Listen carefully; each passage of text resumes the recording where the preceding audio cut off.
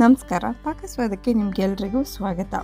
ಇವತ್ತಿನ ವಿಡಿಯೋದಲ್ಲಿ ಅಂಬೆ ಕೊಂಬು ಅಥವಾ ಮಾವಿನ ಶುಂಠಿ ಅಥವಾ ಮ್ಯಾಂಗೋ ಜಿಂಜರ್ ಅಂತ ಹೇಳ್ತಾರಲ್ಲ, ಅದರ ತಂಬಳಿ ಹೇಗೆ ಮಾಡೋದು ಅನ್ನೋದನ್ನು ನೋಡೋಣ. ಇದು ಆರೋಗ್ಯಕ್ಕೆ ತುಂಬಾ ಒಳ್ಳೆಯದು. ನೋಡಿ, ನಾನಿಲ್ಲಿ ಈ ಥರದ ಅಂಬೆ ಕೊಂಬನ್ನು ತೊಗೊಂಡಿದ್ದೀನಿ. ಇದರ ಸಿಪ್ಪೆಯನ್ನು ಈ ಥರ ಒಂದು ಚಮಚದ ಸಹಾಯದಿಂದ ಈ ಥರ ತೆಕ್ಕೊಳ್ತಾ ಇದ್ದೀನಿ. ನಿಮಗೆ ನೋಡೋದಕ್ಕೆ ಇದು ಸೇಮ್ ಶುಂಠಿ ಥರನೇ ಕಾಣುತ್ತೆ, ಆದರೆ ರುಚಿ ಮಾತ್ರ ಸ್ವಲ್ಪ ಮಾವಿನಕಾಯಿಯ ಪರಿಮಳ ಇರುತ್ತೆ, ಹಾಗಾಗಿ ತುಂಬ ರುಚಿ ಇದು. ನೋಡಿ, ಈ ಥರ ಚೆನ್ನಾಗಿ ಸಿಪ್ಪೆ ತೆಕ್ಕೊಂಡು ಇದನ್ನು ಸಣ್ಣಗೆ ಹೋಳಾಗಿ ಕತ್ತರಿಸ್ಕೊಳ್ತಾ ಇದ್ದೀನಿ.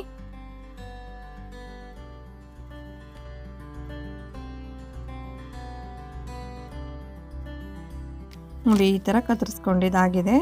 ಈಗ ಒಂದು ಕಡಾಯಿಗೆ 1 ಚಮಚ ಎಣ್ಣೆ, 1 ಚಮಚ ಜೀರಿಗೆ, ಒಂದು 4ರಿಂದ 5 ಬಿಳಿ ಮೆಣಸಿನ ಕಾಳು, 2ರಿಂದ 3 ಹಸಿಮೆಣಸು ಅಥವಾ ನಿಮ್ಮ ಖಾರದ ಅಪೇಕ್ಷೆ ಮೇರೆಗೆ ಹಸಿಮೆಣಸನ್ನು ಹಾಕ್ಕೊಂಡು ಈ ಥರ 1 ಸೆಕೆಂಡ್ ಹುರ್ಕೊಳ್ಬೇಕು.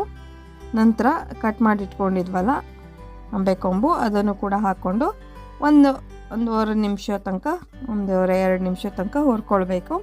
ನಂತರ ಇಲ್ಲಿ ತೆಂಗಿನ ತುರಿಯನ್ನು 1/4 ಕಡಿಯಾಗುವಷ್ಟು ತೊಗೊಂಡಿದ್ದೀನಿ. ಅದನ್ನು ಹಾಕ್ಕೊಂಡು ಅದು ಬೆಚ್ಚಗಾಗೋ ತನಕ ಹುರ್ಕೊಂಡು ನಂತರ ಎಲ್ಲವನ್ನು ಮಿಕ್ಸಿ ಜಾರ್ಗೆ ಹಾಕ್ಕೊಳ್ಬೇಕು. ನಂತರ ಹುಣಸೆ ಹಣ್ಣು ಮತ್ತು 1 ಸಣ್ಣ ಉಂಡೆ ಬೆಲ್ಲ, ಆಮೇಲೆ 1 ಸೌಟಾಗುವಷ್ಟು ಮೊಸರು, ಇವಿಷ್ಟನ್ನು ಹಾಕ್ಕೊಂಡು ನೀರು ಬೇಕಿದ್ದಲ್ಲಿ ಹಾಕ್ಕೊಂಡು ನುಣ್ಣಗೆ ರುಬ್ಕೊಳ್ಬೇಕು. ನೋಡಿ, ಈ ಥರ. ಇದಕ್ಕೆ ನಾನು ಮೇಲಿಂದ ಸ್ವಲ್ಪ ಎಷ್ಟು ಬೇಕಷ್ಟು ನೀರನ್ನು ಹಾಕ್ಕೊಂಡಿದ್ದೀನಿ. ನಂತರ ರುಚಿಗೆ ತಕ್ಕಷ್ಟು ಉಪ್ಪನ್ನು ಸೇರಿಸ್ಕೊಂಡೆ. ಆಮೇಲೆ ನಾನು ಇಲ್ಲೊಂದು ಒಗ್ಗರಣೆ ಮಾಡಿಟ್ಕೊಂಡಿದ್ದೀನಿ. ಒಗ್ಗರಣೆಗೆ ಎಣ್ಣೆ, ಸಾಸಿವೆ, ಜೀರಿಗೆ ಮತ್ತು 1 ಕೆಂಪು ಮೆಣಸಿನ್ಕಾಯಿಯನ್ನು ಹಾಕ್ಕೊಂಡಿದ್ದೆ.